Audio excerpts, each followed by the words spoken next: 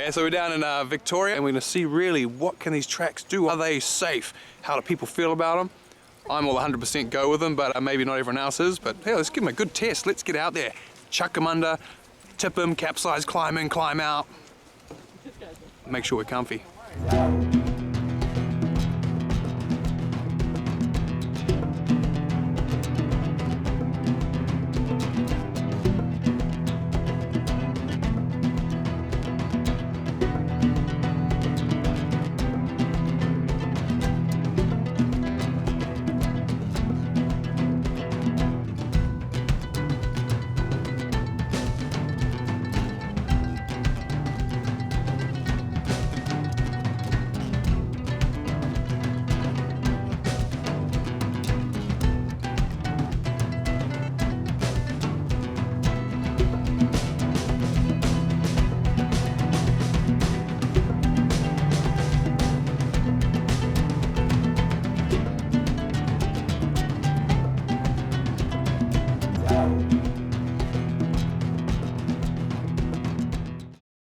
My name is Manuel.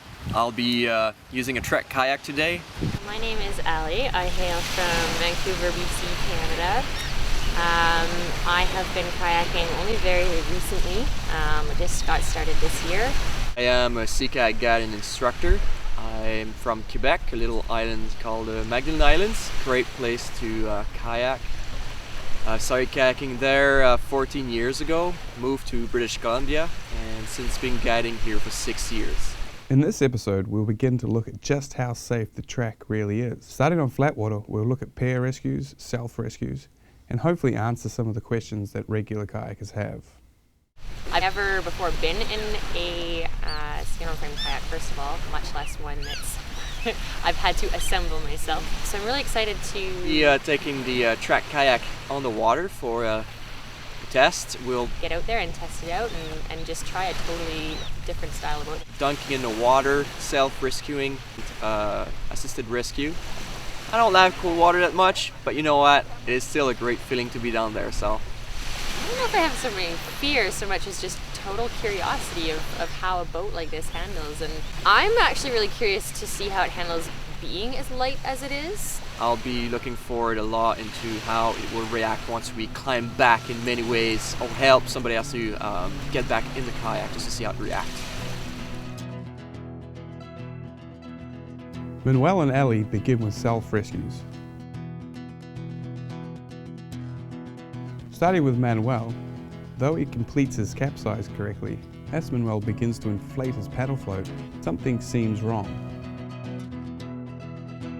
We did some self-rescue afterwards. It was interesting to take a look at the bladders inside. As Manuel mounts the boat, the problem becomes obvious. The air bladders were not inflated enough, so the boat at one point sunk in the water. It is a must that the bags are placed appropriately and fully inflated the length of the back and the front of the boat. And we corrected it in the water. It was very easy to access the bladder and put some more air in it, and then eventually the boat started to float again, so we were able to get back into it. After fully readjusting the airbags and reinflating them, Manuel was able to get back into his boat successfully. So I would highly recommend the sock. Reason of the water kind of get in everywhere, so definitely make sure the bladder is all inflated, and just maybe double check before leaving the beach if you never used the Trak before. Ali's self-rescue went much easier. With the airbags properly placed and fully inflated, the rescue went smoother. Doing the rescues was really interesting.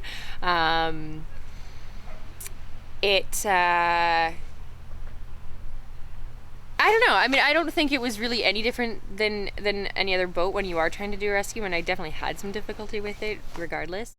Though even with the airbags properly placed, there was still enough water in the boat to create problems if the conditions were worse than flat. You would find that more water would enter the boat than you were pumping out. Fully attach your spray skirt and use the pump down a slight opening of the skirt, thus avoiding too much water coming in. Here you can see Ali's paddle is placed underneath the bungee cords in the back of the deck. This presents an issue because it's not a secure placement for the paddle. In anything other than flat water, this would not be secure enough to hold you up, and you would more than likely capsize again. Placing the paddle through the deck lines at the back of the boat is the more secure position for this. When moving on to pair rescues, the Trak kayak presents its own unique issues. Due to the open nature of the inside of the Trak kayak, a crossbow rescue is needed.